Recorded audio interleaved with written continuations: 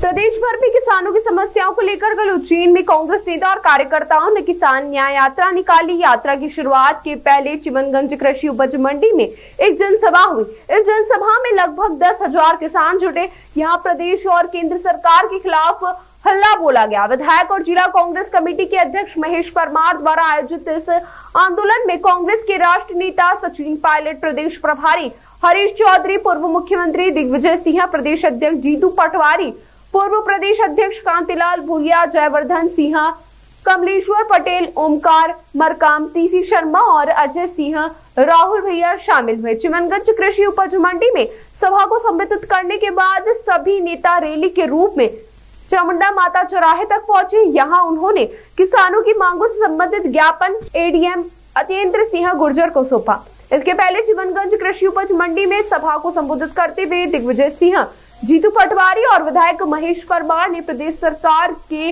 Land pooling act का विरोध किया। जीतू पटवारी और महेश परमार ने कहा कि हम सिंहस्थ के नाम पर लैंड पूलिंग नहीं होने देंगे। वहीं दिग्विजय सिंह ने कहा कि उज्जैन, देवास व इंदौर में लैंड पूलिंग के नाम पर मुख्यमंत्री, उनके मंत्री और भाजपा नेताओं द्वारा जमीन खरीदने की होड़ लगी है और आपस में लड़ाई हो रही है। मुख्यमंत्री डॉक्टर मोहन यादव द्वारा दिए गए बयान, भाजपा के लोग गाय पालते हैं और कांग्रेस के लोग कुत्ते पालते हैं, इस पर पलटवार करते हुए जीतू पटवारी ने कहा कि मुख्यमंत्री जी जो गौशाला कमलनाथ जी ने बनाई थी, उनकी हालत जर्जर क्यों है?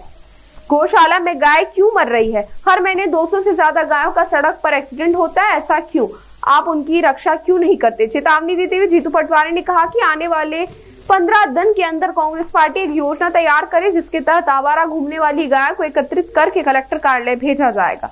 जयवर्धन सिंह ने कहा कि प्रधानमंत्री ने आज से 10 साल पहले गब्बर सिंह टैक्स लागू किया था, जिसे राहुल गांधी ने 18% की सीमा करने की बात कही थी। 10 साल बाद अब कुंभकर्ण की नींद से जागने पर मोदी जी ने राहुल जी की बात को स्वीकार किया और अब जीएसटी के रेट कम हो रहे हैं। वहीं सचिन पायलट सहित अन्य सभी नेताओं ने किसानों की समस्याओं को उठाया। खाद की किल्लत और फसलों के कम दाम को लेकर प्रदेश व केंद्र सरकार को घेरा। मंच पर मौजूद सभी नेताओं ने वोट चोर गद्दी चोर के नारे लगाए। इसके साथ ही वोट चोरी के तरीके बताए व कैसे बचा जाए इसके भी उपाय बताए।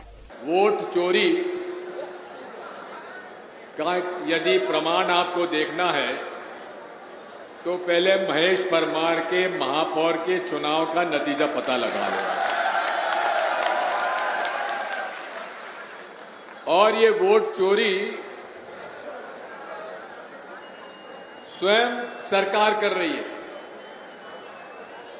पहले मतदाता सूची बनती थी तो उसमें कोई जुगाड़ू हमारे नेता होते थे तो कुछ नाम जुड़वा लेते थे, कुछ कटवा देते थे।